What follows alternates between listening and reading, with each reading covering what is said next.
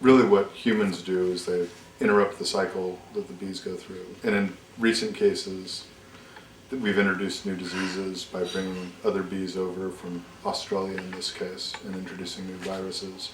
And so now, we're almost responsible for being stewards of the bees and ensuring that they get the medications to allow them to survive.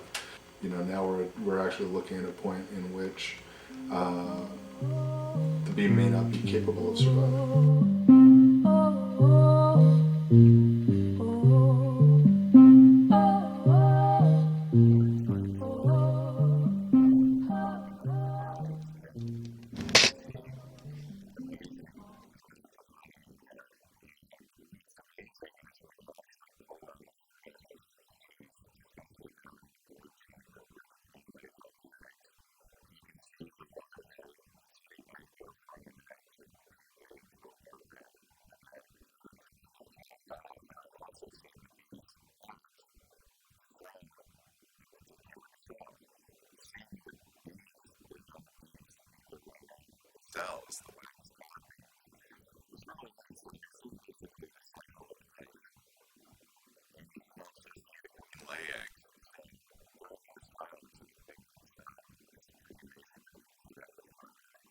It's also a very sensual experience. You've got the smells, you have the buzzing of the bees, you have the bees crawling over you if you don't wear gloves.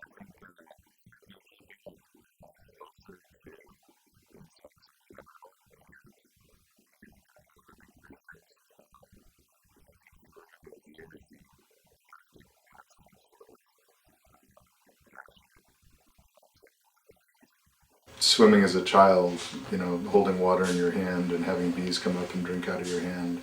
And I've had bees crawl around on my hands without getting stung for, the better part of a minute, being able to sit and just look at it. And, that's an amazing experience. So the thing that's unique about the physiology of the honeybee is that the honeybee will go and capture pollen from the same flower every time that it goes out. And that's unique to the honeybee because of the purpose of what they're doing. When that bee comes back to the hive, what they do is they do their little wiggle dance and they direct the other bees to that same area.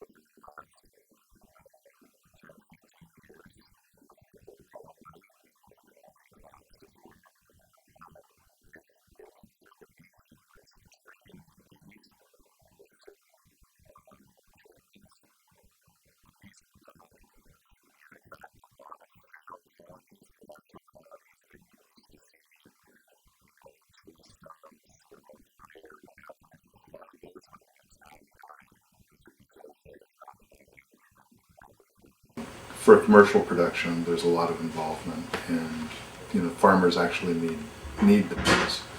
But why a farmer doesn't keep bees himself is sort of beyond me, and why we have to truck bees over state lines to have pollinators. When you could have locally grown bees producing locally grown honey with locally grown pollens.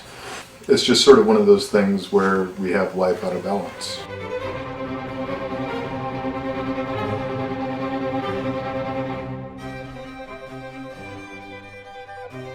There's a lot of instances in which you can look at man's behavior, and at man's actions, and there's a direct correlation that's been very negative for the bees. And in being negative for the bees, in part because we don't necessarily think about what the consequences were if just the honeybee were gone, there's always that doomsday potential for, all of a sudden we have to hire people to pollinate plants because we killed the animal that did it most efficiently. So in terms of the symbiotic part between bee and man, bees don't need man.